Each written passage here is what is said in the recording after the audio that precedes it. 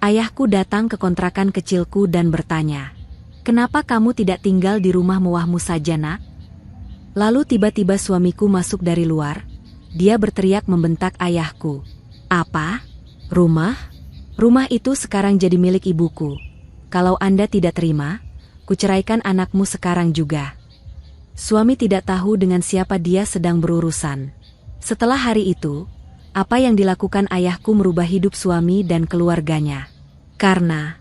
Sebelum ceritanya dimulai, silahkan tulis di kolom komentar dari daerah mana saja teman-teman yang menonton cerita ini.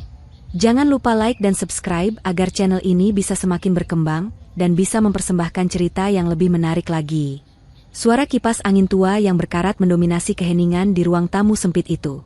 Udara di dalam kontrakan terasa pengap dan panas, seolah dinding-dindingnya yang kusam menekan siapa saja yang berada di dalamnya.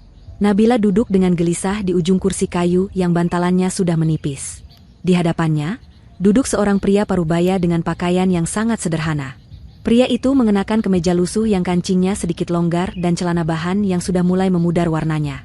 Wajahnya tenang, namun matanya memancarkan keteduhan sekaligus ketegasan yang sulit dijelaskan. Itu adalah Pak Harmantyo, ayah kandung Nabila. Pak Harmantyo memandang berkeliling ruangan itu. Matanya menyapu dinding yang catnya mengelupas, lantai ubin yang retak di beberapa bagian, dan perabot rumah tangga yang seadanya. Tidak ada rasa jijik dalam tatapannya, hanya ada kesedihan mendalam yang ia coba sembunyikan dari putrinya. Ia menarik napas panjang, aroma masakan tetangga dan debu jalanan menyeruak masuk melalui ventilasi yang terbuka. Ia menatap putrinya lekat-lekat. Nabila tampak kurus. Wajahnya yang cantik tertutup gurat kelelahan, meski ia berusaha tersenyum menyambut kedatangan ayahnya. Hijab yang ia kenakan tampak rapi meski sederhana, membingkai wajahnya yang menunduk takut. Pak Harmantyo akhirnya membuka suara. Nadanya lembut namun penuh penekanan. Ia bertanya mengapa Nabila memilih hidup menderita seperti ini. "Kenapa kamu tidak tinggal di rumah mewahmu saja, Nak?" Pertanyaan itu menggantung di udara. Nabila terdiam. Ia meremas jemari tangannya sendiri. Ia tidak berani menatap mata ayahnya. Ia tahu ayahnya kecewa, bukan karena Nabila miskin, tapi karena Nabila membiarkan dirinya direndahkan. Nabila menjawab dengan suara lirih bahwa ia ingin berbakti pada suaminya. Ia ingin memulai semuanya dari nol bersama Andika. Ia percaya bahwa perjuangan bersama akan membuahkan hasil yang manis. Namun, Pak Harmantyo tahu bahwa itu bukan sekadar perjuangan. Ia melihat ada ketidakadilan yang terjadi pada putrinya. Tiba-tiba terdengar suara motor berhenti di depan pintu dengan kasar. Suara standar motor yang dihentakkan ke tanah terdengar nyaring, diikuti langkah kaki berat yang mendekat.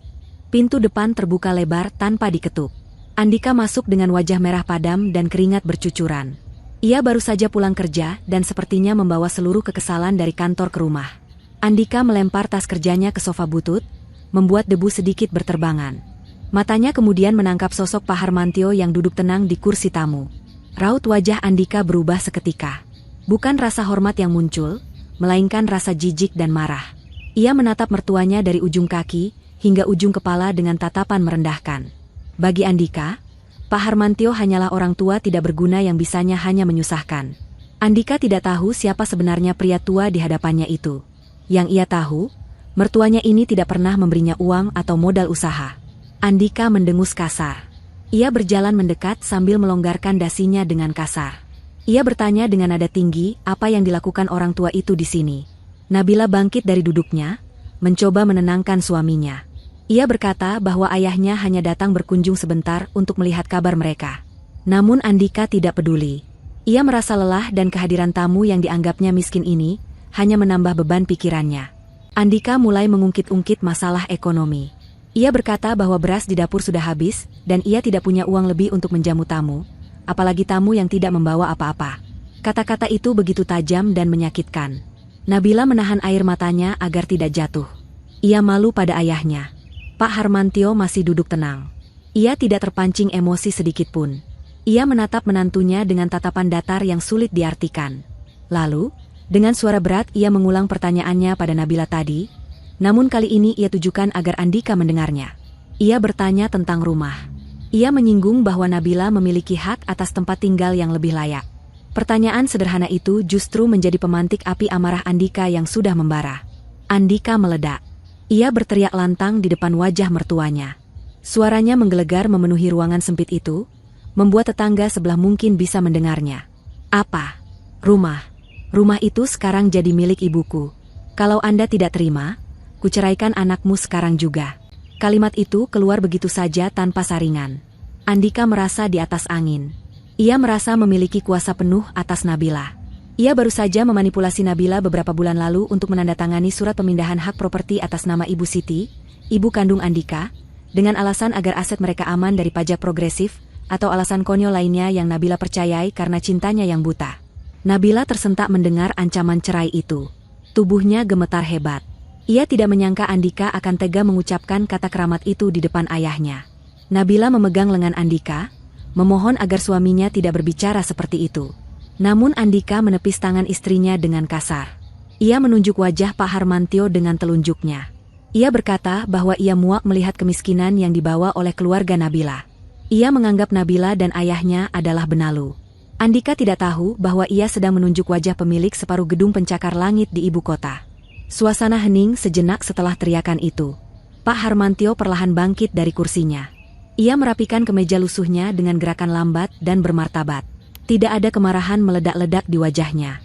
Ia justru tersenyum tipis. Senyum yang sangat dingin dan mengerikan jika Andika cukup cerdas untuk memahaminya. Pak Harmantio menatap mata Andika dalam-dalam. Ia berkata pelan, "Baiklah. Catat kata-katamu barusan. Mulai detik ini, hitungan mundur dimulai." Kalimat itu terdengar seperti ramalan buruk. Pak Harmantio kemudian beralih menatap Nabila. Ia mengusap kepala putrinya yang tertutup hijab dengan penuh kasih sayang. Ia berbisik agar Nabila kuat, karena badai akan segera datang, tapi setelah itu pelangi akan muncul. Nabila menangis terseduh-seduh, mencium tangan ayahnya. Andika hanya mendecih melihat pemandangan itu. Ia merasa menang. Ia merasa telah berhasil mengintimidasi mertuanya hingga pergi. Pak Harmantio berjalan keluar dari kontrakan itu, tanpa menoleh lagi ke arah Andika. Ia melangkah menyusuri gang sempit yang becek. Andika melihat dari jendela dan tertawa sinis saat melihat mertuanya berjalan kaki menuju jalan raya untuk mencari angkutan umum. Andika bergumam bahwa orang miskin memang menyedihkan. Namun, Andika tidak melihat apa yang terjadi di tikungan jalan raya yang tertutup tembok tinggi. Di sana, sebuah mobil sedan hitam mengkilap sudah menunggu. Mesinnya menyala halus nyaris tanpa suara. Seorang pria tegap dengan setelan jas rapi, Pak Hadi, berdiri di samping pintu mobil yang terbuka. Pak Hadi membungkuk hormat saat Pak Harmantio mendekat. Pak Harmantio masuk ke dalam mobil mewah itu, meninggalkan panas dan debu jalanan di luar. Di dalam mobil yang sejuk dan wangi, ekspresi wajah Pak Harmantio berubah total. Kesedihan di matanya hilang, berganti dengan kilatan tajam seorang penguasa bisnis yang baru saja diusik. Ia mengambil ponsel canggih dari saku jas yang tersimpan di dalam mobil. Ia menghubungi tim hukumnya. Ia memerintahkan untuk menyiapkan semua berkas. Permainan baru saja dimulai. Andika tidak tahu dengan siapa ia sedang berurusan.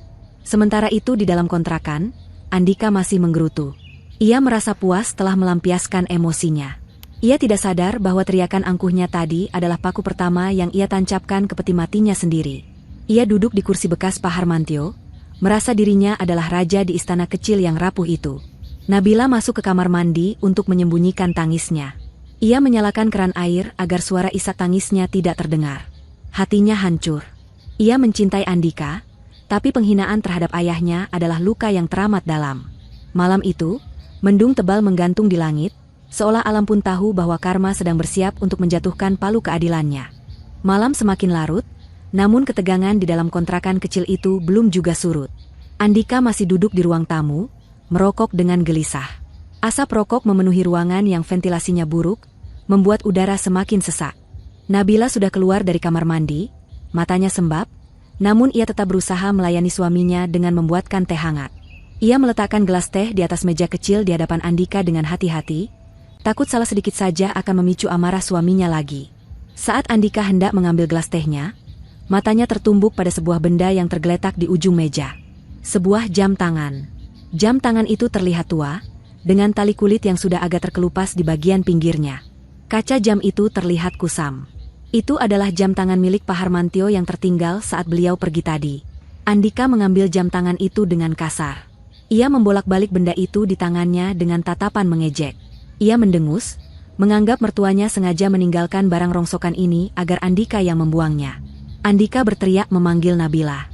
Ia bertanya mengapa ayahnya meninggalkan sampah di rumah ini. Nabila bergegas mendekat, melihat jam tangan ayahnya di tangan Andika. Ia meminta jam itu dengan sopan, mengatakan bahwa ia akan menyimpannya dan mengembalikannya nanti. Nabila tahu jam itu sangat berharga bagi ayahnya, bukan karena harganya, tapi karena itu adalah barang kesayangan yang selalu dipakai ayahnya sejak Nabila kecil. Namun Andika tidak mau memberikannya. Ia merasa direpotkan. Dengan gerakan tiba-tiba yang didorong oleh rasa kesal yang tidak beralasan, Andika membanting jam tangan itu ke lantai ubin. Suara benturan keras terdengar menyakitkan. Kaca jam itu pecah berantakan, jarum-jarumnya terlepas, dan tali kulitnya putus. Nabila menjerit tertahan. Ia langsung berlutut, memunguti pecahan jam tangan itu dengan tangan gemetar. Air matanya kembali menetes. Ia tidak habis pikir mengapa Andika bisa sejahat ini pada barang milik ayahnya. Andika tertawa meremehkan. Ia berkata bahwa jam butut seperti itu tidak pantas diperlakukan istimewa. Ia bahkan mengancam akan menyapu sisanya dan membuangnya ke tempat sampah di depan. Andika tidak tahu bahwa jam tangan yang baru saja ia hancurkan adalah sebuah mahakarya horologi dunia. Itu bukan jam bekas pasar loak. Itu adalah jam tangan edisi kolektor yang dibuat terbatas, dengan mesin rumit yang nilainya setara dengan ratusan unit rumah yang sedang Andika tempati. Pak Harmantio memang sengaja membiarkan tampilannya terlihat tua agar tidak mencolok. Namun bagi mata yang terlatih, jam itu adalah harta karun. Belum sempat Nabila selesai memunguti pecahan jam itu, pintu depan kembali terbuka. Kali ini tanpa salam, tanpa ketukan. Sosok wanita parubaya dengan pakaian mencolok dan perhiasan emas yang berlebihan masuk dengan angkuh. Itu adalah Ibu Siti, ibu kandung Andika. Wajahnya dipoles riasan tebal yang tidak bisa menutupi kerutan kebencian di wajahnya. Ia menatap sekeliling kontrakan dengan tatapan jijik, seolah-olah ia baru saja masuk ke kandang hewan. Andika langsung berdiri menyambut ibunya, wajahnya yang tadi garang pada Nabila kini berubah menjadi manis dan patuh. Ibu Siti tidak memedulikan Nabila yang sedang berlutut di lantai memunguti sampah. Ia langsung duduk di kursi utama dan meletakkan tas mahalnya di meja. Ia mengeluarkan sebuah map dari dalam tasnya. Dengan suara cempreng yang menyakitkan telinga, Ibu Siti mengumumkan tujuannya datang. Ia membawa sertifikat rumah. Bukan rumah kontrakan ini, tapi rumah mewah yang seharusnya menjadi hak Nabila. Rumah yang dibeli dengan uang tabungan Nabila namun diatasnamakan Andika, dan kemudian dibalik nama lagi ke Ibu Siti. Ibu Siti berkata dengan lantang bahwa rumah itu sudah resmi menjadi miliknya sepenuhnya. Ia mengatakan bahwa ia tidak sudi punya menantu yang keluarganya miskin, dan tidak punya tata krama seperti Nabila. Ia menuduh Nabila hanya menjadi beban bagi karir Andika. Ibu Siti menghasut Andika bahwa Nabila membawa sial. Andika, anak yang tidak punya pendirian itu, hanya mengangguk setuju pada setiap kata ibunya. Ia merasa divalidasi. Ia merasa bahwa menyingkirkan Nabila adalah langkah tepat menuju kesuksesan. Ibu Siti kemudian memberikan perintah yang mengejutkan. Ia menyuruh Andika untuk mengusir Nabila malam ini juga dari kontrakan ini. Alasannya tidak masuk akal. Ia berkata bahwa kontrakan ini juga dibayar pakai uang Andika, jadi Nabila tidak berhak tinggal di sini jika tidak berguna. Nabila terbelalak. Ia berdiri, mencoba membela diri. Ia mengingatkan Andika bahwa uang sewa kontrakan ini dibayar dari sisa tabungan Nabila bulan lalu, karena gaji Andika habis untuk gaya hidup ibunya. Namun fakta tidak berlaku di hadapan Ibu Siti dan Andika. Ibu Siti justru berteriak lebih keras, menuduh Nabila perhitungan dan tidak ikhlas pada suami. Ia menyebut Nabila istri durhaka. Andika, yang takut pada ibunya, akhirnya menuruti perintah gila itu. Ia menunjuk pintu keluar dan menyuruh Nabila pergi. Ia berkata bahwa ia akan mengurus surat cerai secepatnya. Nabila menatap suaminya dengan pandangan tidak percaya. 5 tahun pernikahan, semua pengorbanan, dibalas dengan pengusiran di tengah malam hanya karena hasutan ibunya. Nabila tidak memohon. Ia tahu harga dirinya lebih berharga daripada berlutut di kaki manusia-manusia serakah ini. Ia masuk ke kamar, mengambil sebuah tas jinjing kecil. Ia hanya memasukkan beberapa helai pakaian dan dokumen penting miliknya. Ia tidak membawa satupun barang yang dibeli dari uang Andika, yang sebenarnya memang hampir tidak ada. Nabila keluar dari kamar dengan wajah tegar. Ia menatap Ibu Siti dan Andika bergantian. Ia berkata pelan namun tegas bahwa ia akan pergi. Ia berharap mereka bahagia dengan pilihan mereka. Nabila melangkah keluar menembus malam yang gelap. Langit yang sedari tadi mendung, akhirnya menumpahkan hujan deras. Nabila berjalan kaki tanpa payung, air hujan membasahi tubuh dan hijabnya, menyamarkan air mata yang mengalir di pipinya. Ia berjalan menjauh dari kontrakan itu, menjauh dari kehidupan neraka yang selama ini ia pertahankan. Di ujung jalan, ia berhenti di sebuah halte sepi. Dengan tangan gemetar kedinginan, ia merogoh saku bajunya yang basah, mengambil ponsel, dan menekan satu nomor yang sudah lama tidak ia hubungi untuk meminta tolong. Sementara itu, di dalam kontrakan, Ibu Siti dan Andika tertawa puas. Mereka merasa telah membuang sampah. Andika kembali duduk, dan matanya kembali melihat pecahan jam tangan di lantai yang belum sempat dibersihkan Nabila sampai tuntas. Ada bagian belakang jam yang terlepas, memperlihatkan ukiran kecil dan serangkaian nomor seri serta merek yang tertulis sangat kecil namun jelas. Rasa penasaran menggelitik Andika.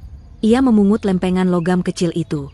Ia mengambil ponselnya dan mengetikkan merek serta nomor seri yang tertera di sana ke mesin pencari internet. Layar ponselnya memuat hasil pencarian. Mata Andika membelalak. Mulutnya terbuka lebar, rokok di bibirnya terjatuh ke lantai. Di layar ponsel itu terpampang gambar jam tangan yang persis sama dengan yang baru saja ia banting. Judul artikelnya berbunyi, "Lelang mahakarya langka terjual senilai ratusan miliar rupiah." Andika membaca digit angka harganya berulang kali. Nolnya sangat banyak. Ia merasa darahnya berhenti mengalir. Jantungnya berdegup kencang hingga menyakitkan dada. Ia melihat ke lantai, ke arah serpihan kaca dan mesin jam yang berserakan. Andika panik luar biasa. Ia jatuh berlutut, berusaha menyatukan kembali kepingan-kepingan jam itu dengan tangan gemetar. Keringat dingin mengucur deras di pelipisnya. Ibu Siti yang melihat tingkah aneh anaknya bertanya ada apa. Andika tidak sanggup menjawab. Tenggorokannya tercekat. Ia baru saja menghancurkan benda yang nilainya bisa membeli harga diri seluruh keluarga besarnya 7 turunan. Rasa takut mulai merayapi tulang punggungnya. Jika mertuanya punya jam tangan seperti ini, lalu siapa sebenarnya orang tua lusuh tadi? Pertanyaan itu menghantam kepala Andika seperti palu godam. Di luar sana, hujan semakin deras, seolah menertawakan kebodohan Andika yang baru saja dimulai. Matahari pagi menyelinap masuk melalui celah jendela kontrakan yang tidak tertutup rapat, menyinari wajah Andika yang pucat pasaran. Ia tidak tidur semalaman. Matanya merah dan bengkak, dikelilingi lingkaran hitam yang membuatnya terlihat seperti mayat hidup. Semalaman suntuk ia mengaduk-aduk tempat sampah di depan rumah, mencari sisa-sisa jam tangan yang ia banting semalam. Namun anehnya, kepingan-kepingan itu lenyap tanpa jejak. Tidak ada roda gigi, tidak ada pecahan kaca, bahkan tali kulitnya pun hilang. Andika merasa hampir gila. Ia mulai meragukan kewarasannya sendiri. Apakah ia salah melihat informasi di internet semalam? Ataukah ada seseorang yang mengambilnya diam-diam saat ia lengah? Ketakutan menghantuinya. Jika jam itu benar-benar asli dan mertuanya menuntut ganti rugi, Andika tahu ia harus bekerja 100 tahun pun tidak akan sanggup membayarnya. Dengan langkah gontai dan pikiran kacau, Andika memaksakan diri berangkat ke kantor. Sepanjang perjalanan di atas motor kreditan, ia membayangkan skenario terburuk. Ia membayangkan polisi sudah menunggunya di lobi kantor, atau surat pemecatan sudah ada di mejanya, karena performa kerjanya yang menurun belakangan ini. Sesampainya di gedung perkantoran, Andika berjalan menunduk, menghindari tatapan orang lain. Jantungnya berdegup kencang setiap kali melihat petugas keamanan, takut mereka akan menyeretnya keluar. Baru saja ia duduk di kursi kerjanya yang sempit, telepon di mejanya berdering nyaring. Suara sekretaris direksi terdengar di ujung sana, memerintahkannya untuk segera menghadap CEO di lantai paling atas. Keringat dingin mengucur deras di punggung Andika. Tamatlah riwayatku, pikirnya. Dengan lutut gemetar, ia naik lift menuju lantai eksekutif. Pintu lift terbuka, memperlihatkan lorong mewah berkarpet tebal yang jarang ia injak. Ia mengetuk pintu ruangan CEO dengan tangan berkeringat. Terdengar suara berat mempersilakannya masuk. Di dalam ruangan yang dingin itu, Pak Direktur duduk di balik meja besarnya, menatap Andika dengan tatapan tajam. Andika menunduk, siap menerima makian atau surat pemecatan. Ia sudah menyusun kalimat pembelaan diri di kepalanya, bahkan siap berlutut memohon belas kasihan. Namun, yang terjadi selanjutnya membuat Andika ternganga tak percaya. Pak Direktur berdiri, tersenyum lebar, dan mengulurkan tangannya. Ia mengucapkan selamat kepada Andika. Ia berkata bahwa perusahaan sedang melakukan restrukturisasi besar-besaran dan mereka membutuhkan orang muda yang ambisius untuk memimpin cabang utama di pusat kota. Andika terpilih menjadi kepala cabang baru dengan wewenang penuh atas operasional dan keuangan. Andika mematung. Otaknya butuh beberapa detik untuk memproses informasi ini. Bukannya dipecat, ia malah dipromosikan. Gajinya naik 3 kali lipat, ditambah fasilitas mobil dinas dan tunjangan lainnya. Rasa takut yang mencekik Andika sejak semalam mendadak sirna, berganti dengan gelombang euforia yang memabukkan. Ia menyalami tangan bosnya dengan semangat berapi-api. Dalam hati ia menertawakan ketakutannya sendiri. Ternyata ia memang hebat. Ternyata nasib baik sedang berpihak padanya. Soal jam tangan itu, Andika langsung mengambil kesimpulan sendiri untuk menenangkan hatinya. Pasti jam itu palsu. Tidak mungkin orang tua miskin seperti Pak Harmantyo punya barang asli senilai ratusan miliar. Itu pasti hanya barang tiruan kualitas super yang menipu mata awam. Andika merasa bodoh karena sempat ketakutan. Ia kembali menegakkan dadanya, arogansinya kembali muncul bahkan lebih besar dari sebelumnya. Keluar dari ruangan bos, Andika merasa seperti berjalan di atas awan.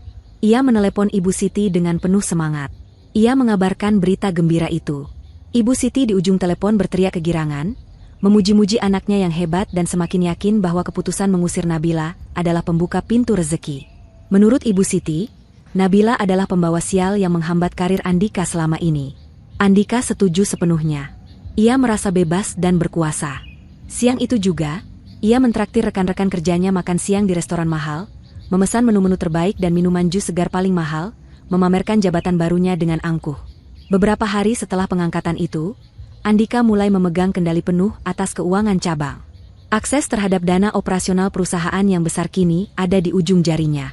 Ibu Siti, yang tidak pernah puas, mulai merengek. Ia mengeluh bahwa rumah mewah yang baru mereka rampas dari Nabila itu, interiornya kurang modern. Ia ingin mengganti marmer lantai, membeli lampu gantung kristal impor, dan membuat kolam renang baru agar bisa dipamerkan ke teman-teman arisannya. Biaya yang dibutuhkan sangat besar, jauh melebihi gaji Andika meski sudah naik jabatan. Awalnya Andika ragu. Namun, bisikan setan dan keinginan untuk dipuji sebagai anak berbakti yang sukses mengalahkan akal sehatnya. Ia melihat celah dalam sistem keuangan kantor yang sepertinya longgar. Ia berpikir bisa meminjam dana itu sebentar dengan dalih biaya renovasi kantor cabang atau biaya pemasaran, lalu menggantinya nanti saat bonus tahunan turun. Tanpa pikir panjang, Andika menandatangani persetujuan pengeluaran dana fiktif. Uang miliaran rupiah mengalir mulus ke rekening pribadinya, lalu diteruskan ke kontraktor untuk merenovasi rumah ibunya. Andika tidak sadar bahwa kemudahan itu adalah jebakan yang disiapkan dengan sangat rapi. Di sebuah ruangan lain yang jauh dari sana, Pak Harmantyo sedang duduk di depan layar monitor besar yang menampilkan data transaksi perusahaan secara real-time. Di sebelahnya berdiri Pak Hadi dan seorang auditor senior. Mereka melihat notifikasi merah berkedip di layar, menandakan adanya aliran dana mencurigakan yang disetujui oleh akun Andika. Pak Harmantyo tidak memerintahkan untuk menghentikannya. Ia justru menyesap teh hangatnya dengan tenang. Ia memberi isyarat kepada Pak Hadi untuk membiarkan tikus itu memakan umpan sampai kenyang. Biarkan dia merasa aman, biarkan dia membangun istana impiannya. Karena semakin tinggi ia terbang, semakin hancur remuk saat ia jatuh nanti. Semua bukti transaksi itu direkam dan disimpan rapi, menjadi bom waktu yang siap diledakkan kapan saja. Andika, dengan segala kesombongannya, sedang menggali kuburannya sendiri dengan sangat rajin, mengira dirinya sedang membangun singgasana. 2 minggu berlalu, renovasi rumah mewah yang kini ditempati Ibu Siti dan Andika telah selesai. Rumah itu tampak mentereng, jauh lebih mencolok dibandingkan rumah-rumah lain di komplek elit tersebut. Pilar-pilarnya dilapisi cat emas yang berlebihan, patung-patung singa norak menghiasi gerbang, dan lampu kristal raksasa menggantung di ruang tamu, terlihat jelas dari jalan raya. Ibu Siti merasa dirinya kini adalah ratu. Ia tidak sabar memamerkan kekayaannya kepada dunia. Ia segera menyebar undangan pesta syukuran rumah baru kepada seluruh kenalannya, tetangga komplek, bahkan teman-teman lama yang dulu pernah meremehkannya. Malam pesta itu tiba. Halaman rumah dipenuhi mobil-mobil tamu, meski kebanyakan adalah mobil biasa, bukan mobil mewah seperti yang diharapkan Ibu Siti. Musik dangdut diputar dengan volume keras, sedikit tidak cocok dengan nuansa komplek elit yang tenang, namun Ibu Siti tidak peduli. Ia sibuk mondar-mandir dengan pakaian penuh payet berkilauan, menyapa tamu dengan dagu terangkat, menceritakan kebohongan demi kebohongan tentang bisnis anaknya yang mendunia. Andika berdiri di samping ibunya, mengenakan setelan jas mahal yang dibeli dari uang hasil korupsi, tersenyum bangga menikmati pujian palsu dari orang-orang yang hanya datang demi makanan gratis. Di tengah hingar-bingar pesta, sebuah taksi berhenti di depan gerbang. Pintu terbuka, dan turunlah sosok wanita yang membuat beberapa tamu terdiam. Itu Nabila. Ia datang bukan untuk mengacau, melainkan karena Andika terus menerornya lewat pesan singkat untuk segera mengantarkan berkas-berkas asli rumah dan surat pernyataan cerai, agar proses hukum bisa dipercepat. Nabila tampil sederhana namun sangat berkelas. Ia mengenakan gamis panjang yang jatuh dengan indah dan hijab yang menutupi dada dengan rapi. Tidak ada perhiasan yang melekat di tubuhnya, namun aura ketenangannya membuat ia terlihat jauh lebih bersinar daripada Ibu Siti yang bergelimang emas. Melihat kedatangan Nabila, wajah Ibu Siti berubah masam. Ia segera menghampiri mantan menantunya itu dengan langkah lebar, sengaja mengeraskan suaranya agar didengar para tamu. Ia menyambut Nabila dengan hinaan, bertanya apakah Nabila datang untuk mengemis makanan sisa karena sudah tidak punya uang untuk makan. Para tamu berbisik-bisik, sebagian menatap kasihan, sebagian lain menatap sinis terhasut omongan Ibu Siti. Andika ikut mendekat, menatap Nabila dengan tatapan merendahkan, menagih berkas yang dibawanya tanpa sedikit pun rasa bersalah. Nabila menyerahkan map yang ia bawa dengan tenang. Ia berkata pelan bahwa ia hanya ingin semua urusan selesai, dan tidak ingin ada hubungan apa-apa lagi dengan keluarga ini. Namun Ibu Siti belum puas jika belum mempermalukan Nabila sampai ke dasar. Ia merebut map itu, lalu dengan sengaja menjatuhkan piring berisi makanan berminyak ke arah kaki Nabila. Saus kental mengotori ujung gamis Nabila.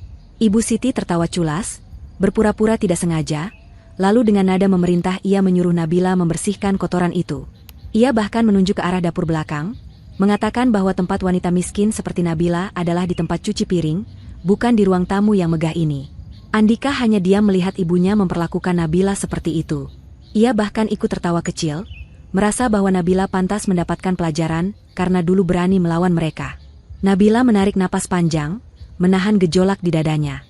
Ia menatap mata Andika untuk terakhir kalinya, mencari sisa-sisa hati nurani pria yang pernah ia cintai. Namun ia hanya menemukan kekosongan dan kesombongan.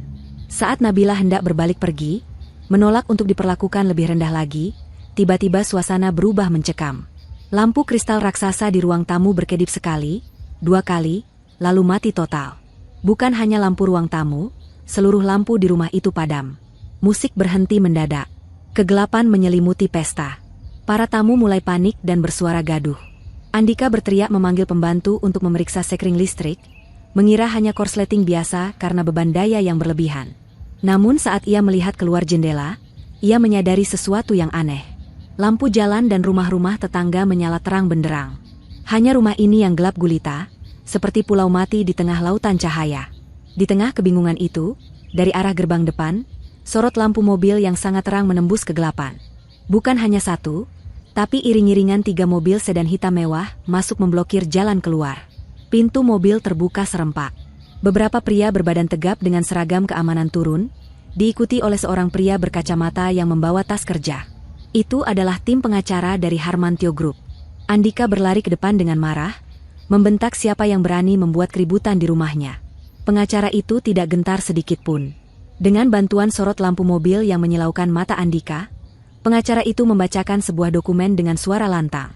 Ia menyatakan bahwa tanah tempat rumah ini berdiri adalah aset milik Harmantio Group dengan status hak guna bangunan.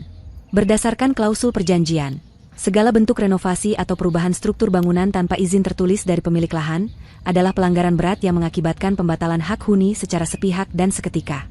Andika ternganga. Ia mencoba membantah, mengatakan bahwa sertifikat rumah itu sudah atas nama ibunya. Pengacara itu tersenyum tipis dan menjelaskan bahwa yang dimiliki Ibu Siti hanyalah bangunan fisiknya, tapi tanahnya adalah milik perusahaan yang disewakan jangka panjang. Dan karena Andika telah merenovasi total tanpa izin, menggunakan uang perusahaan pula, maka kontrak sewa tanah itu batal demi hukum malam ini juga. Pengacara itu memberikan ultimatum, kosongkan rumah ini sekarang juga, atau tim keamanan akan membantu mengangkut barang-barang mereka keluar. Ibu Siti menjerit histeris, menuduh mereka penipu. Ia mencoba menyerang pengacara itu namun ditahan oleh petugas keamanan. Para tamu undangan yang tadinya memuja-muja, kini mulai mundur teratur, berbisik-bisik ketakutan melihat kehadiran aparat hukum dan orang-orang berbadan tegap itu. Satu persatu tamu kabur meninggalkan pesta yang berubah jadi bencana. Nabila masih berdiri di sana, di bawah bayang-bayang kegelapan, menyaksikan karma bekerja dengan sangat cepat. Ia melihat Andika yang pucat pasi, tubuhnya gemetar hebat bukan karena dingin, tapi karena teror kenyataan yang menghantamnya. Pak Hadi keluar dari salah satu mobil, berjalan mendekati Nabila. Dengan sikap sangat hormat yang kontras dengan perlakuan orang-orang di situ, Pak Hadi mempersilakan Nabila masuk ke dalam mobil untuk diantar pulang. Andika melihat pemandangan itu. Ia melihat asisten kepercayaan yang dulu ia kira sopir taksi online, kini membukakan pintu mobil mewah untuk istri yang baru saja ia usir. Otak Andika macet, tidak mampu mencerna apa yang sebenarnya terjadi. Malam itu, pesta syukuran berubah menjadi malam pengusiran. Di bawah sorot lampu mobil yang tajam, Andika dan Ibu Siti berdiri seperti terdakwa yang baru saja dijatuhi vonis. Sementara Nabila berlalu pergi meninggalkan kegelapan yang mulai menelan mantan suami dan mertuanya. Suasana di ruang sidang pengadilan agama terasa dingin dan kaku, kontras dengan udara panas di luar gedung. Andika duduk di kursi penggugat dengan kaki yang terus bergerak gelisah, bukan karena gugup menghadapi perceraian, melainkan karena tidak sabar ingin segera mengakhiri ikatan ini dan mengambil apa yang ia anggap sebagai haknya. Di sebelahnya, Ibu Siti duduk dengan wajah angkuh, matanya tak lepas menatap sinis ke arah Nabila yang duduk tenang di seberang meja. Nabila didampingi oleh seorang pengacara muda yang terlihat biasa saja, namun sorot matanya tajam. Agenda hari itu adalah mediasi terakhir dan pembagian harta bersama. Andika, yang sudah gelap mata karena insiden pengusiran dari rumah mewah tempo hari, kini berusaha mengeruk apa saja yang tersisa. Ia tahu bahwa Nabila memiliki sebuah unit usaha toko kain dan butik kecil di pusat perbelanjaan grosir yang cukup ramai. Toko itu dirintis Nabila sejak awal pernikahan mereka dengan modal yang Andika tidak pernah tahu asalnya. Ia berasumsi itu uang tabungan Nabila. Selama ini, Andika tidak pernah peduli dengan toko itu karena ia merasa gengsi mengurus bisnis pasar, namun ia tahu omsetnya stabil. Hakim mediator bertanya mengenai kesepakatan pembagian harta. Tanpa basa-basi, Andika langsung mengajukan tuntutan. Ia meminta hak kepemilikan penuh atas toko tersebut sebagai kompensasi.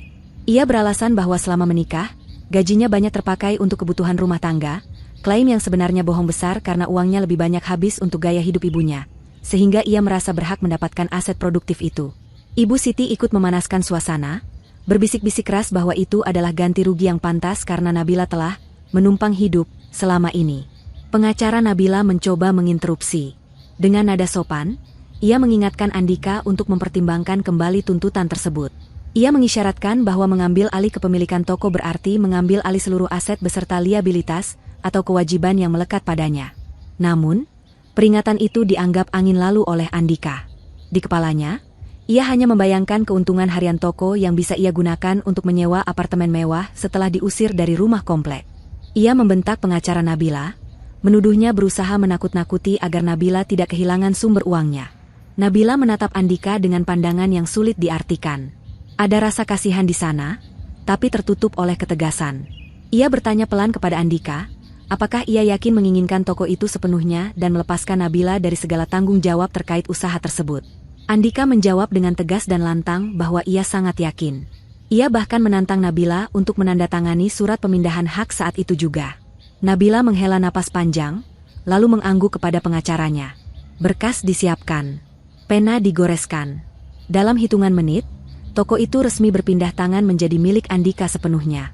Sidang ditutup dengan keputusan cerai yang akan segera inkrah. Andika dan Ibu Siti keluar dari ruang sidang dengan senyum lebar. Mereka merasa menang telak. Andika membayangkan dirinya akan menjadi juragan toko yang sukses, duduk ongkang-ongkang kaki sambil menghitung uang setoran. Mereka memutuskan untuk langsung menuju lokasi toko di pusat grosir untuk melakukan inspeksi dan memberitahu karyawan bahwa bos baru telah datang. Sesampainya di ruko tersebut, Andika melihat toko itu tutup. Rolling door tertutup rapat. Ia bingung. Seharusnya jam segini toko buka dan ramai pembeli. Saat ia hendak membuka gembok paksa, sebuah mobil dinas berplat merah dan 2 mobil van berhenti mendadak di depan ruko. Beberapa orang berseragam pegawai pajak dan beberapa pria bertampang garang dengan map tebal turun dari mobil. Mereka menghampiri Andika yang masih memegang gembok. Salah satu petugas pajak bertanya apakah benar ia adalah saudara Andika, pemilik baru toko ini sesuai akta yang baru saja disahkan pengadilan. Dengan bangga, Andika membusungkan dada dan membenarkan. Petugas itu tersenyum tipis, lalu menyerahkan sebuah amplop tebal bersegel resmi.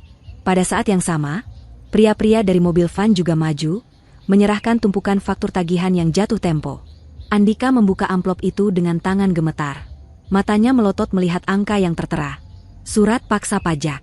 Toko itu ternyata menunggak pajak pertambahan nilai dan pajak penghasilan badan selama 5 tahun berturut-turut, ditambah denda keterlambatan yang bunganya mencekik. Totalnya miliaran rupiah. Belum sempat Andika bernapas, pria penagih utang dari vendor kain tekstil impor ikut bersuara. Mereka menjelaskan bahwa selama ini pasokan barang ke toko Nabila diberikan dengan sistem konsinyasi khusus yang dijamin oleh pihak ketiga. Namun, karena kepemilikan beralih, Jaminan itu otomatis gugur dan seluruh tagihan barang yang ada di gudang harus dilunasi tunai hari ini juga, atau mereka akan menyita aset pribadi pemilik toko sampai lunas. Andika merasa kakinya lemas seperti jeli. Ia baru sadar, selama ini toko itu bisa berjalan lancar bukan karena untung besar, melainkan karena ada subsidi dan jaminan diam-diam dari Pak Harmantyo yang menahan semua beban biaya operasional agar Nabila bisa belajar bisnis tanpa tekanan. Kini, payung pelindung itu telah dicabut.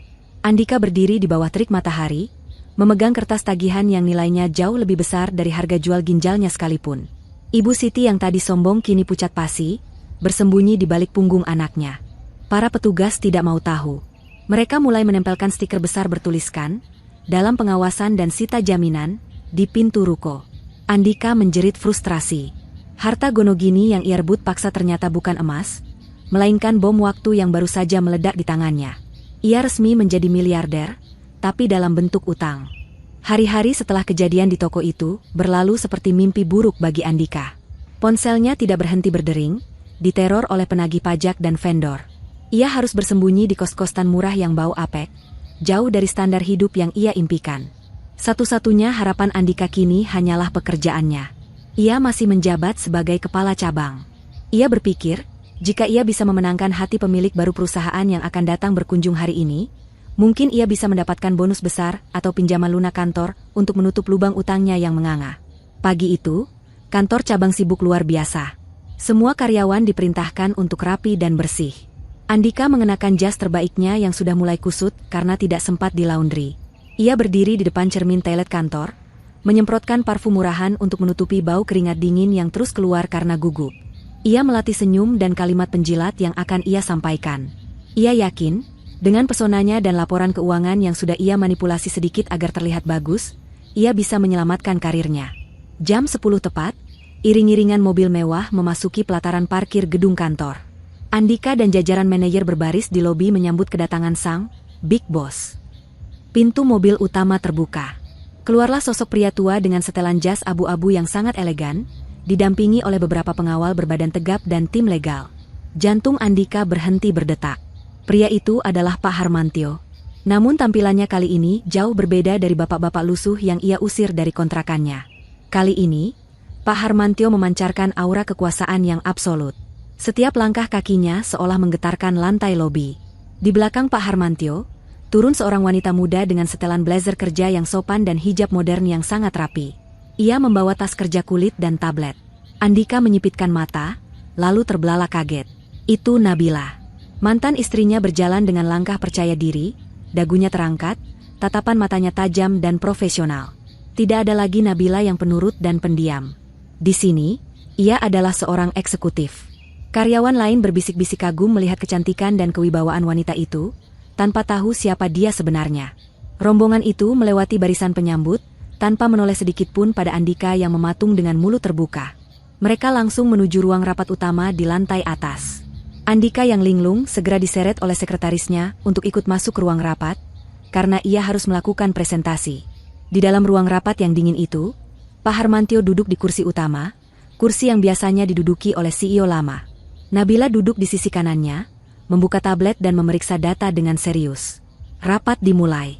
CEO lama membuka pembicaraan dengan suara bergetar, memperkenalkan bahwa Harmantyo Group telah resmi mengakuisisi mayoritas saham perusahaan ini, dan mulai hari ini, Pak Harmantyo adalah pemilik tunggal sekaligus komisaris utama.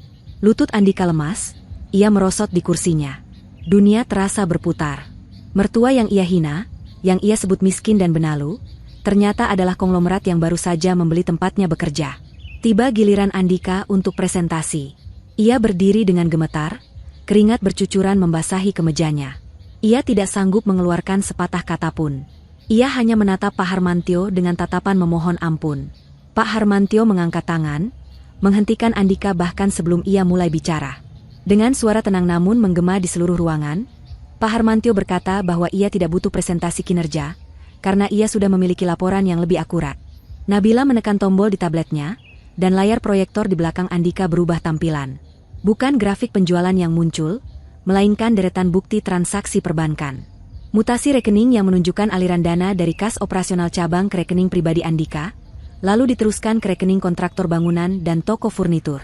Semua terpampang jelas, lengkap dengan tanggal dan nominalnya. Totalnya mencapai miliaran rupiah. Ruang rapat hening seketika. Semua mata tertuju pada Andika dengan tatapan jijik dan kaget. Pak Harmantio berbicara datar, tanpa emosi, layaknya hakim yang membacakan vonis mati. Ia menyatakan bahwa ini bukan hanya pelanggaran etika, tapi tindak pidana penggelapan dan korupsi korporasi. Andika mencoba menyangkal, tergagap mengatakan bahwa itu hanya pinjaman sementara. Namun Nabila memotong ucapannya dengan dingin. Ia membacakan pasal-pasal yang dilanggar dan menyebutkan bahwa audit forensik telah selesai dilakukan pagi ini. Pak Harmantio memberi isyarat mata kepada kepala keamanan. Pintu ruang rapat terbuka kasar. 2 orang polisi berseragam lengkap masuk membawa surat penangkapan. Andika panik, ia menangis meraung-raung, mencoba mendekati Pak Harmantio, memanggilnya ayah, dan memohon belas kasihan demi masa lalu mereka. Namun Pak Hadi, asisten Pak Harmantio, dengan sigap menghalangi jalan Andika, menahannya agar tidak menyentuh tuannya. Pak Harmantio menatap Andika dengan tatapan dingin yang menusuk tulang. Ia berkata pelan, "Saya tidak punya anak laki-laki seorang pencuri, dan saya tidak punya menantu yang durhaka." Polisi langsung memborgol kedua tangan Andika di belakang punggung.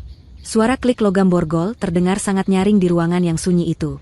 Andika diseret keluar dari ruang rapat, melewati rekan-rekan kerjanya yang menatapnya dengan pandangan menghina. Teriakan minta tolong Andika menggema di lorong kantor, menjadi tontonan memalukan yang mengakhiri karirnya selamanya. Di dalam ruangan, Nabila kembali menunduk menatap tabletnya, melanjutkan rapat seolah-olah sampah baru saja dibuang dari ruangan itu. Berita penangkapan Andika menyebar dengan kecepatan kilat, tidak hanya di lingkungan kantor, tetapi juga sampai ke telinga Ibu Siti melalui telepon panik dari salah satu rekan kerja Andika yang masih menaruh rasa kasihan. Namun, reaksi Ibu Siti sungguh di luar dugaan akal sehat manusia yang memiliki hati nurani.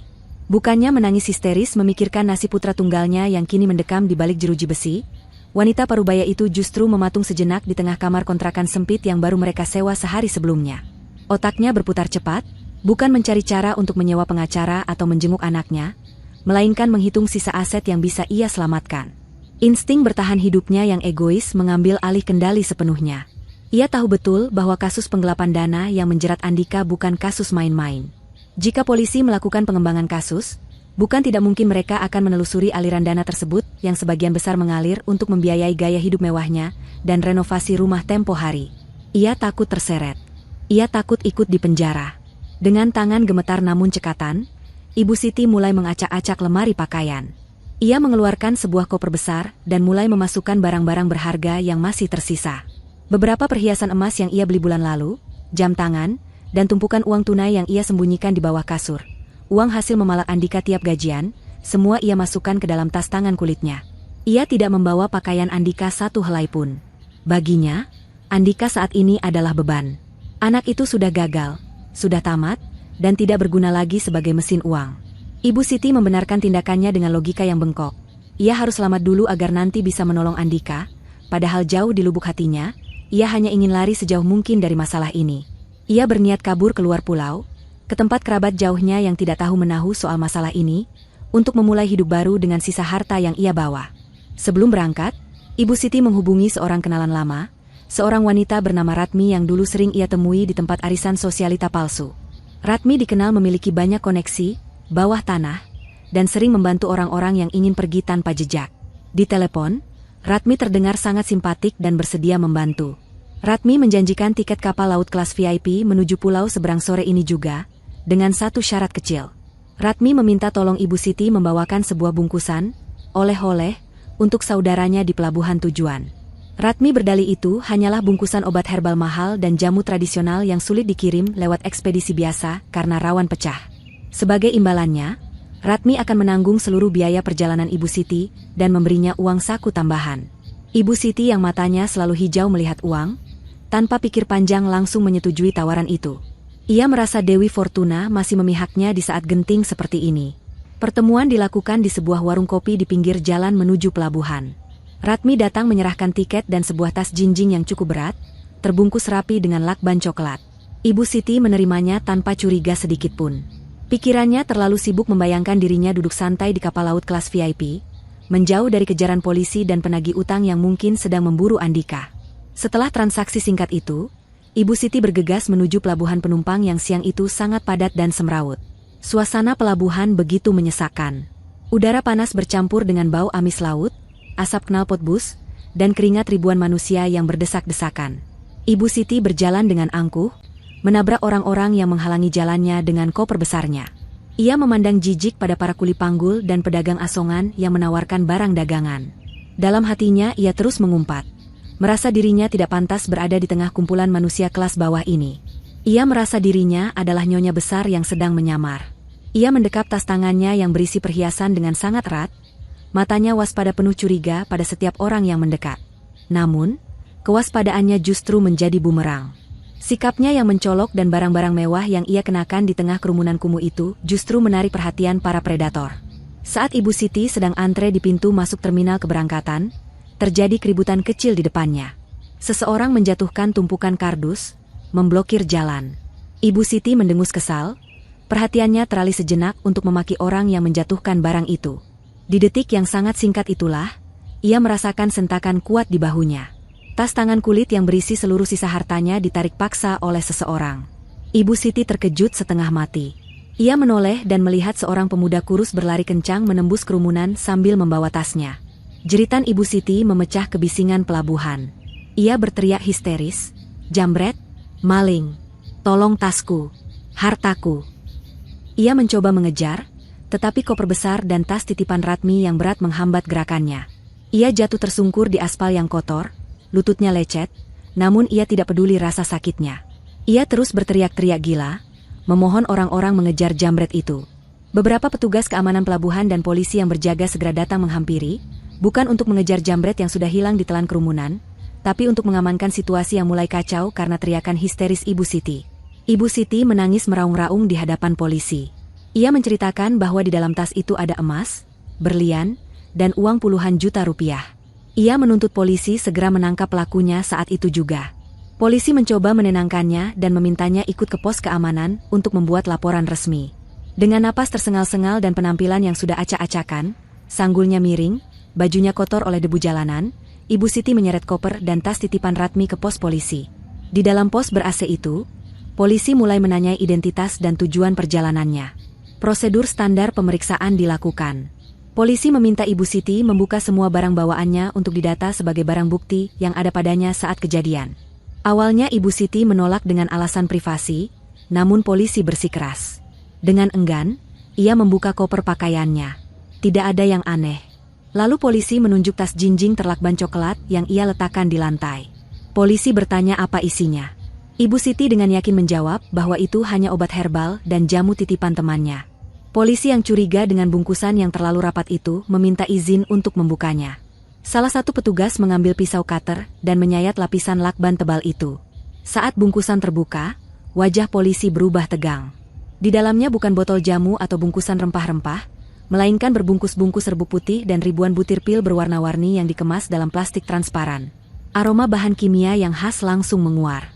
Itu adalah obat terlarang dalam jumlah yang sangat besar, cukup untuk menjerat pemiliknya dengan hukuman seumur hidup atau bahkan hukuman mati. Mata Ibu Siti melotot sampai hampir keluar. Wajahnya pucat pasi seketika, darah seolah tersedot habis dari tubuhnya. Ia menggelengkan kepala dengan panik, mundur beberapa langkah hingga punggungnya menabrak dinding. Ia berteriak menyangkal, mengatakan bahwa itu bukan miliknya, itu milik Ratmi, ia dijebak. Namun, polisi tidak peduli dengan sangkalannya. Bukti fisik ada di tangannya, dia yang membawanya, dan dia tidak bisa membuktikan keberadaan Ratmi, yang nomor teleponnya tiba-tiba tidak aktif saat dihubungi polisi detik itu juga. Ratmi hanyalah nama samaran sindikat yang mencari kurir bodoh untuk dikorbankan, dan Ibu Siti dengan keserakahannya adalah target yang sempurna. Detik itu juga, status Ibu Siti berubah dari korban pencopetan menjadi tersangka pengedar obat terlarang kelas kakap. Polisi langsung memborgol tangannya. Ibu Siti meronta-ronta, menjerit memanggil nama Andika, memanggil nama suaminya yang sudah meninggal, bahkan memanggil nama Nabila untuk menolongnya. Air matanya bercampur dengan luntur riasan wajahnya, membuatnya terlihat seperti badut yang menyedihkan. Karma telah datang menjemputnya dengan cara yang paling brutal. Ia berniat kabur meninggalkan anaknya yang menderita, namun kini ia justru masuk ke lubang yang jauh lebih dalam dan gelap. Hartanya hilang dijambret, kebebasannya direnggut, dan kini ia menghadapi ancaman hukuman mati. Di ruang interogasi yang dingin, Ibu Siti akhirnya ambruk pingsan, tidak sanggup menanggung beban kehancuran yang ia ciptakan sendiri. 3 bulan telah berlalu sejak Andika diseret keluar dari ruang rapat direksi dengan tangan terborgol. 3 bulan yang terasa seperti 3 abad bagi Andika. Kehidupan di dalam rumah tahanan benar-benar neraka dunia yang tidak pernah ia bayangkan sebelumnya. Andika ditempatkan di sel yang penuh sesak, bercampur dengan berbagai jenis pelaku kriminal, mulai dari pencuri ayam hingga preman pasar. Tidak ada lagi kasur empuk, tidak ada AC dingin, tidak ada makanan lezat. Yang ada hanyalah lantai semen yang dingin dan lembab, bau pesing yang menyengat dari toilet yang jarang dibersihkan, dan jatah nasi cadong yang rasanya hambar dengan lauk seadanya yang seringkali sudah basi. Namun, siksaan fisik itu belum seberapa dibandingkan dengan siksaan mental yang ia terima. Di dalam penjara, hierarki kekuasaan sangat brutal. Andika, yang masuk dengan status mantan bos berdasi dan masih membawa sisa-sisa kesombongannya di hari-hari awal, langsung menjadi target empuk para narapidana lama. Kesombongannya dihancurkan tanpa ampun. Ia yang dulu biasa membentak karyawan dan memaki Nabila, kini menjadi pesuruh bagi kepala kamar selnya. Ia dipaksa memijat kaki preman bertato, mencuci baju tahanan lain, hingga membersihkan toilet dengan tangan kosong. Setiap kali ia mencoba melawan atau menolak, pukulan dan tendangan akan mendarat di tubuhnya di sudut sel yang tidak terjangkau kamera pengawas. Tubuhnya kini kurus kering, wajahnya tirus dengan tulang pipi yang menonjol, dan kulitnya dipenuhi bekas lebam dan kudis karena sanitasi yang buruk. Setiap malam, Andika meringkuk di pojok sel yang paling kotor, menangis dalam diam. Ia masih menyimpan harapan naif bahwa ibunya akan datang menyelamatkannya.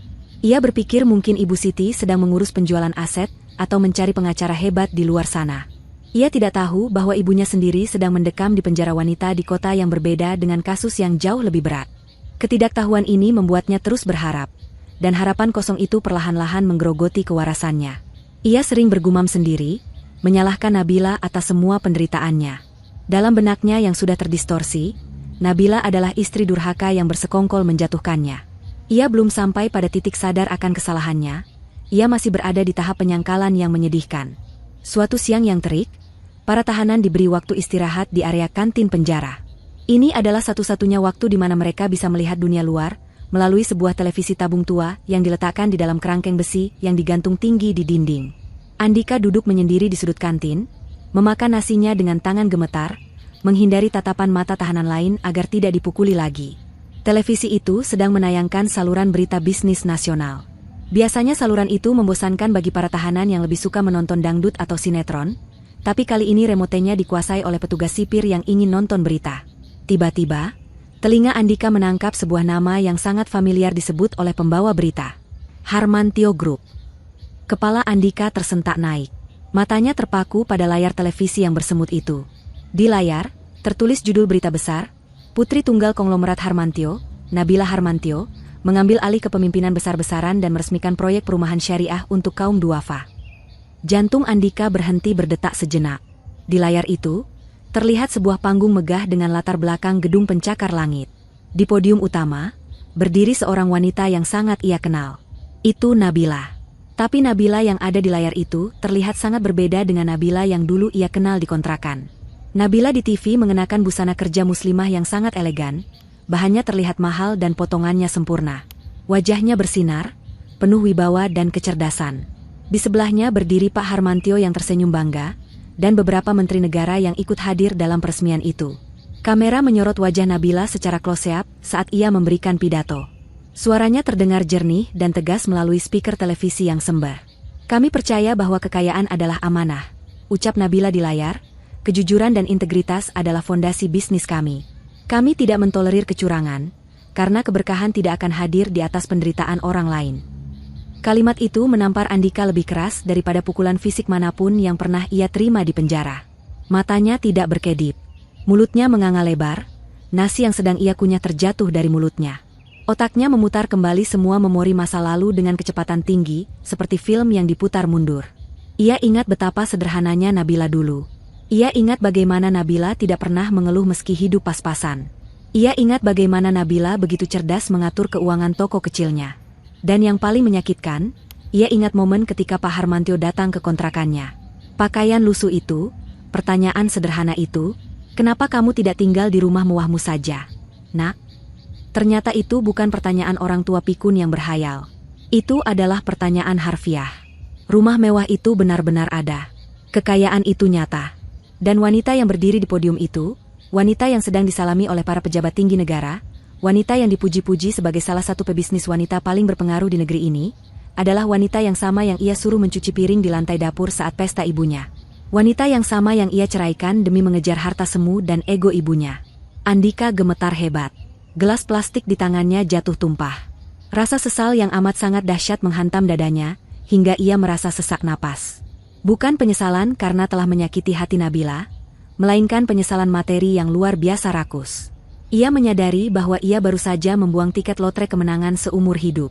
Ia telah memegang berlian di tangannya, namun ia membuangnya ke selokan karena mengira itu hanya pecahan kaca, lalu ia berlari mengejar batu kali yang ia kira emas. Kebodohan ini terasa begitu absolut dan tak termaafkan. Andika tiba-tiba berteriak histeris di tengah kantin yang ramai. "Itu istriku! Itu istriku! Dia istriku!" Teriaknya sambil menunjuk-nunjuk layar TV seperti orang gila.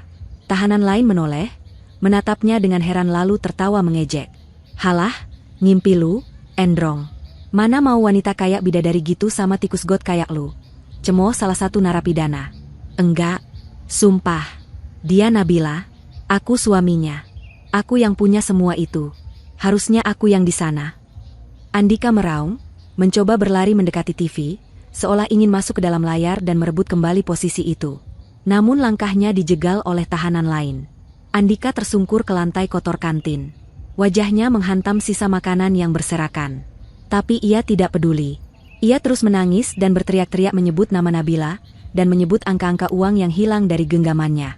Petugas sipir datang menyeret Andika yang sudah kehilangan kendali. Andika meronta-ronta, matanya masih terpaku pada layar TV yang kini menampilkan Nabila sedang memotong pita peresmian didampingi seorang pria muda tampan, Adrian, yang menatap Nabila dengan penuh kekaguman. Pemandangan itu menjadi paku terakhir yang menancap di hati Andika. Ia diseret kembali ke sel isolasi karena dianggap membuat keributan.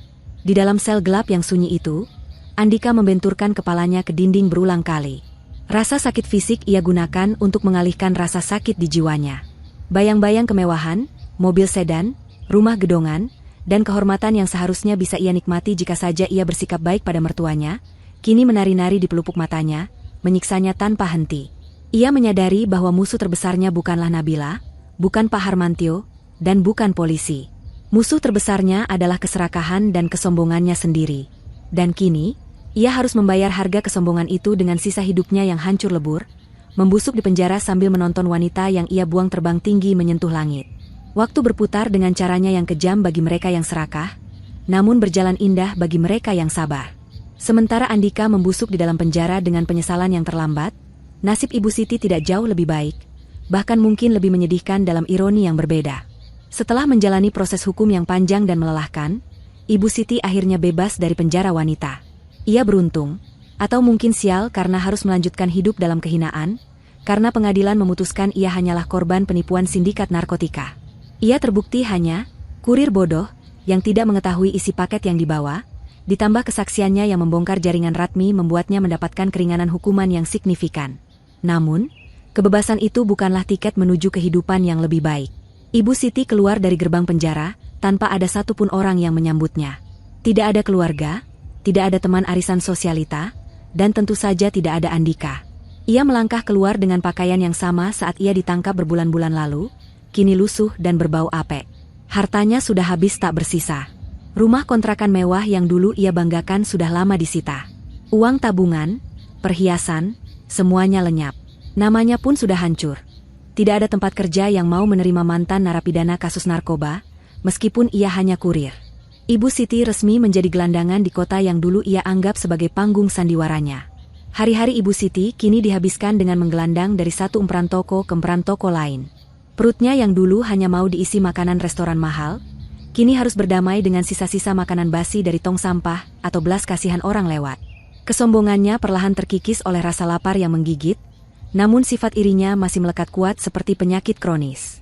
Ia sering duduk termenung di pinggir jalan, menatap mobil-mobil mewah yang lewat dengan tatapan nanar, membayangkan seandainya Andika tidak bodoh, seandainya Nabila tidak melawan, pasti ia masih duduk nyaman di dalam mobil ber-AC itu. Ia tidak pernah sekalipun menyalahkan keserakahannya sendiri. Suatu sore yang cerah, perut Ibu Siti berbunyi nyaring. Ia belum makan sejak kemarin siang. Kakinya yang lecet membawanya berjalan tanpa arah, hingga ia sampai di sebuah kawasan gedung pertemuan elit di pusat kota. Dulu, ia sering bermimpi mengadakan pesta pernikahan Andika di sini. Gedung itu hari ini tampak sangat ramai dan megah. Janur kuning melengkung indah di pintu gerbang, dihiasi bunga-bunga segar yang aromanya tercium hingga ke jalan raya. Deretan mobil sedan mewah mengkilap antre menurunkan tamu-tamu undangan yang berpakaian sangat elegan. Ibu Siti berhenti di seberang jalan, bersembunyi di balik pohon pelindung. Matanya menatap lapar, bukan hanya pada kemewahan itu, tapi pada aroma sate kambing dan gulai yang terbawa angin dari arah gedung. Rasa lapar mengalahkan rasa malunya. Otak liciknya mulai bekerja. Ia berpikir, pesta semewah ini pasti tuan rumahnya orang kaya yang dermawan. Atau setidaknya ia bisa menyelinap masuk lewat pintu belakang untuk mencuri piring kotor yang masih ada sisa makanannya. Atau lebih nekat lagi, ia bisa berpura-pura menjadi pengemis yang mendoakan pengantin agar diberi sedekah. Dengan langkah terseok-seok, Ibu Siti menyeberang jalan. Ia mencoba merapikan rambutnya yang kusut dan membersihkan bajunya yang bernoda tanah. Namun usaha itu sia-sia. Ia tetap terlihat seperti gelandangan. Saat ia mendekati gerbang samping gedung, ia melihat sebuah papan bunga raksasa yang berdiri gagah. Tulisan di papan bunga itu membuat langkahnya terhenti seketika, seolah ada petir yang menyambar di siang bolong. Selamat bahagia atas pernikahan Nabila Harmantyo, Adrian Mahendra. Ibu Siti terpaku. Mulutnya menganga tak percaya. Ia mengucek matanya yang rabun, berharap ia salah baca. Tapi tulisan emas itu terpampang jelas. Nabila. Menantu yang dulu ia hina, ia injak-injak, dan ia usir seperti kucing kurap. Hari ini menikah di gedung termewah di kota ini dengan seorang pria yang namanya sering muncul di majalah bisnis sebagai CEO muda tersukses. Dadanya sesak oleh rasa iri yang membakar. Seharusnya pesta ini milik anaknya. Seharusnya nama yang bersanding dengan Nabila adalah Andika. Seharusnya ia yang berdiri di sana menyambut tamu sebagai besan konglomerat, bukan menjadi gembel yang mengintip dari balik pagar. Rasa iri itu berubah menjadi kenekatan gila. Ibu Siti merasa ia masih punya hak. Ia merasa ia adalah mantan mertua yang berjasa pernah menampung Nabila. Dengan logika yang sudah tidak waras, ia berpikir mungkin Nabila akan iba melihat kondisinya, atau mungkin Pak Harmantyo akan memberinya uang tutup mulut agar ia tidak membuat keributan. Ia berjalan menuju pintu masuk utama, menerobos antrean tamu-tamu wangi. Tentu saja, belum sampai ia di lobi, dua orang petugas keamanan bertubuh besar dengan seragam safari hitam langsung menghadangnya. Aroma tubuh Ibu Siti yang tidak sedap membuat para tamu di sekitarnya menutup hidung dan menjauh dengan tatapan jijik. Maaf, Bu. Ibu tidak boleh masuk. Ini acara tertutup. Ucap satpam itu tegas namun masih berusaha sopan, mengira ia hanya pengemis biasa. Ibu Siti mengamuk. Ia berteriak dengan suara parau. Minggir. Kalian tidak tahu siapa saya? Saya ini mertuanya pengantin wanita. Saya mertuanya Nabila. Panggil Nabila keluar. Saya mau ketemu menantu saya. Teriakannya menarik perhatian banyak orang. Beberapa tamu berbisik-bisik, merekam kejadian itu dengan ponsel mereka. Satpam itu saling pandang, lalu tertawa kecil meremehkan. Mertua? Nabila itu putri tunggal Pak Harmantyo, dan suaminya Pak Adrian. Ibu jangan ngaku-ngaku. Pergi sana sebelum kami seret. Saya tidak bohong. Dulu Nabila istri anak saya. Panggil dia. Dia pasti mau ketemu saya. Dia berhutang budi pada saya. Ibu Siti terus meronta, mencoba menerobos blokade tangan kekar satpam tersebut. Keributan itu semakin membesar hingga terdengar sampai ke area penerima tamu. Tiba-tiba, kerumunan tamu di lobi terbelah. Suasana mendadak hening. Dari dalam gedung, keluarlah sosok Pak Harmantyo. Ia mengenakan jas hitam tuxedo yang sangat rapi, wajahnya tenang namun memancarkan aura otoritas yang membuat siapa saja menunduk segan. Di sebelahnya berdiri Pak Hadi, asisten setianya. Pak Harmantyo berjalan pelan menuruni tangga lobi menuju tempat keributan terjadi. Melihat Pak Harmantyo, nyali Ibu Siti yang tadi berkobar mendadak ciut. Ia ingat wajah itu. Wajah bapak tua yang dulu ia usir dari kontrakan, yang kini menatapnya seperti menatap serangga kecil yang mengganggu. Ibu Siti gemetar, mulutnya terkunci rapat. Pak Harmantyo berhenti 3 langkah di depan Ibu Siti. Ia tidak marah, tidak membentak. Ia hanya menatap Ibu Siti dari ujung kepala sampai ujung kaki dengan tatapan dingin yang menusuk tulang. Ada apa ribut-ribut di hari bahagia putri saya? Tanyanya pelan, namun suaranya terdengar sangat jelas di keheningan itu. Ibu Siti mencoba memaksakan senyum pales yang menyedihkan. Pak Harmantyo, besan, ini saya, Siti. Ibunya Andika. Saya cuma mau mengucapkan selamat. Dan saya belum makan 2 hari, Pak. Tolonglah, demi masa lalu. Suaranya melirih di ujung kalimat, harga dirinya runtuh total demi sesuap nasi. Pak Harmantio tersenyum tipis. Sangat tipis. Masa lalu, ulangnya. Masa lalu di mana kamu menghina putri saya?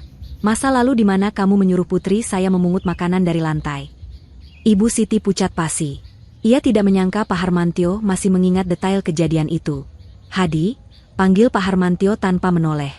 Siap, Pak, jawab Pak Hadi sigap. Tamu ini kelaparan.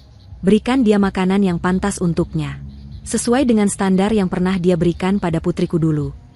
Pak Hadi mengangguk mengerti. Ia pergi sebentar ke belakang pos satpam, lalu kembali membawa sebuah kotak nasi styrofoam. Tapi itu bukan kotak nasi baru. Itu adalah nasi kotak jatah satpam yang sudah dimakan separuh. Tersisa tulang ayam yang sudah digerogoti dan sedikit nasi yang terkena kuah sayur dingin. Pak Hadi menyodorkan kotak itu ke tangan Ibu Siti. Silakan, Bu. Ini rezeki Ibu hari ini, ucap Pak Hadi datar. Ibu Siti menatap nanar kotak nasi sisa di tangannya. Air matanya menetes deras. Ia dihina di depan ratusan orang kaya. Ia diperlakukan persis seperti ia memperlakukan Nabila dulu saat pesta di rumah mewahnya. Karma itu tidak hanya datang, tapi menampar wajahnya bolak-balik. Bawa dia pergi. Jangan biarkan dia merusak pemandangan lebih lama lagi. Perintah Pak Harmantio, lalu berbalik badan kembali masuk ke gedung pesta tanpa menoleh lagi. Petugas keamanan langsung menyeret Ibu Siti menjauh dari area gedung. Ibu Siti tidak melawan lagi. Tenaganya habis.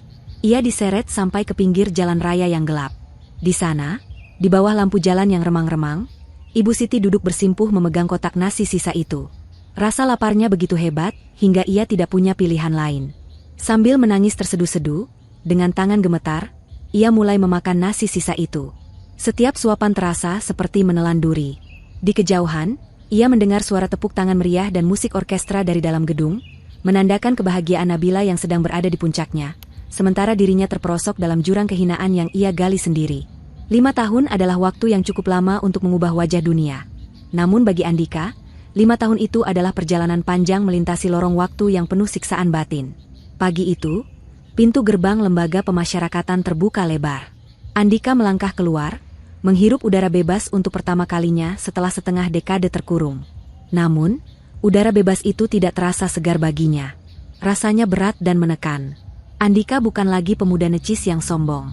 Tubuhnya kini kurus kering, punggungnya sedikit membungkuk, dan rambutnya sudah dipenuhi uban meski usianya belum terlalu tua. Wajahnya keras dan kusam, dihiasi guratan-guratan penderitaan yang mendalam. Giginya ada yang tanggal karena perkelahian di penjara tahun pertama. Ia hanya membawa sebuah tas kresek hitam berisi 2 potong baju lusuh. Tidak ada yang menjemputnya. Ia mendengar kabar dari sesama narapidana bahwa ibunya, Ibu Siti, sudah meninggal dunia setahun yang lalu di jalanan karena sakit paru-paru yang parah dan tidak terurus. Kabar itu membuat hati Andika mati rasa. Ia kini benar-benar sebatang kara di dunia ini. Andika mencoba memulai hidup baru. Namun, status sebagai mantan narapidana kasus penggelapan uang perusahaan membuatnya ditolak di mana-mana. Ia melamar menjadi satpam, ditolak. Melamar menjadi pelayan toko, diusir. Bahkan melamar menjadi kuli bangunan pun, ia sering dicurigai akan mencuri semen. Akhirnya, ia hidup luntang-lantung, tidur di emperan toko, dan makan dari belas kasihan orang. Keangkuhan masa lalunya sudah hancur lebur menjadi debu. Ia sering merenung, membayangkan wajah Nabila, satu-satunya wanita yang pernah tulus mencintainya, yang ia sia-siakan demi ambisi buta. Suatu hari, saat sedang mengais botol bekas di sebuah taman kota, seorang pria parubaya mendekatinya. Pria itu menawarinya pekerjaan. Sebuah agen penyalur tenaga kerja sedang mencari tukang kebun dan pembersih kolam renang untuk sebuah rumah besar di kawasan elit pinggiran kota. Syaratnya tidak banyak, asal mau bekerja keras, jujur, dan tidak banyak bicara. Gajinya lumayan, cukup untuk makan dan menyewa kamar petak kecil. Andika yang sudah putus asa langsung menerima tawaran itu tanpa pikir panjang. Ia merasa Tuhan akhirnya memberinya sedikit belas kasihan. Andika dibawa ke sebuah kawasan hunian yang sangat eksklusif. Rumah tempat ia bekerja bukanlah sekadar rumah, melainkan sebuah mansion atau istana modern yang dikelilingi pagar tinggi dan taman yang sangat luas. Tugas Andika adalah menyapu halaman yang luasnya berhektar-hektar, memangkas rumput, dan membersihkan kolam renang setiap pagi. Ia bekerja dengan tekun. Ia tidak mau kehilangan kesempatan ini. Ia menundukkan kepala, tidak berani menatap majikannya, dan mematuhi semua perintah kepala pelayan. Ia tidak tahu siapa pemilik rumah ini, dan ia juga tidak peduli. Baginya, bisa makan nasi hangat 3 kali sehari sudah merupakan kemewahan. Bulan berganti bulan, Andika bekerja dalam diam. Ia menemukan kedamaian dalam rutinitas menyapu daun kering. Namun, ada satu hal yang selalu mengganggu pikirannya. Setiap kali ia melihat kemewahan rumah ini, ia teringat pada rumah yang dulu pernah ia rebut dari Nabila. Rumah ini jauh lebih besar, jauh lebih megah. Ia membayangkan betapa bahagianya orang yang tinggal di sini. Suatu sore yang cerah, Andika sedang menyikat lumut di pinggiran kolam renang utama yang terletak di halaman belakang. Kolam renang itu sangat indah, dengan air biru jernih yang memantulkan langit sore. Tiba-tiba, ia mendengar suara deru mesin mobil yang halus mendekat ke carport di samping taman. Itu adalah suara mobil mewah yang sangat mahal. Andika menepi, bermaksud menyingkir agar tidak terlihat oleh majikannya, sesuai instruksi kepala pelayan. Namun, langkahnya terhenti saat ia mendengar suara tawa anak-anak kecil yang renyah. "Kakek, kakek ada di teras," seru seorang anak kecil. Andika menoleh sedikit karena penasaran. Dari sebuah sedan limusin hitam panjang, turunlah seorang pria tampan yang gagah, Adrian. Ia membukakan pintu untuk seorang wanita yang sangat anggun. Wanita itu mengenakan gaun panjang berwarna pastel dengan hijab yang senada, wajahnya memancarkan keibuan dan kebahagiaan yang sempurna. Andika merasa jantungnya berhenti berdetak. Sapu di tangannya terlepas dan jatuh ke lantai dengan suara klontang yang cukup keras. Wanita itu adalah Nabila. Nabila terlihat jauh lebih cantik daripada 5 tahun lalu. Ia terlihat matang, tenang, dan penuh kasih. Ia menggandeng 2 orang anak kecil, laki-laki dan perempuan, yang berlarian riang menuju teras rumah. Di teras yang megah itu, duduk Pak Harmantio di kursi goyangnya, merentangkan tangan menyambut cucu-cucunya. "Nabila," bisik Andika tanpa sadar. Suaranya serak dan gemetar. Suara jatuhnya sapu tadi menarik perhatian Adrian. Ia menoleh ke arah kolam renang, lalu membisikkan sesuatu pada Nabila. Nabila menoleh perlahan. Matanya bertemu dengan mata Andika. Andika menahan napas. Ia berharap Nabila akan marah, memaki, atau setidaknya menunjukkan ekspresi benci. Ia siap menerima amarah itu. Namun, yang terjadi jauh lebih menyakitkan daripada kebencian. Nabila menatapnya datar. Tidak ada kilatan amarah, tidak ada dendam, tapi juga tidak ada pengenalan. Tatapannya kosong, seolah-olah Andika hanyalah sebuah patung batu atau pohon kering di taman itu. Seolah-olah Andika tidak pernah ada dalam sejarah hidupnya. Nabila hanya mengangguk sopan sekilas layaknya majikan kepada pelayan asing, lalu kembali tersenyum manis pada suaminya dan anak-anaknya.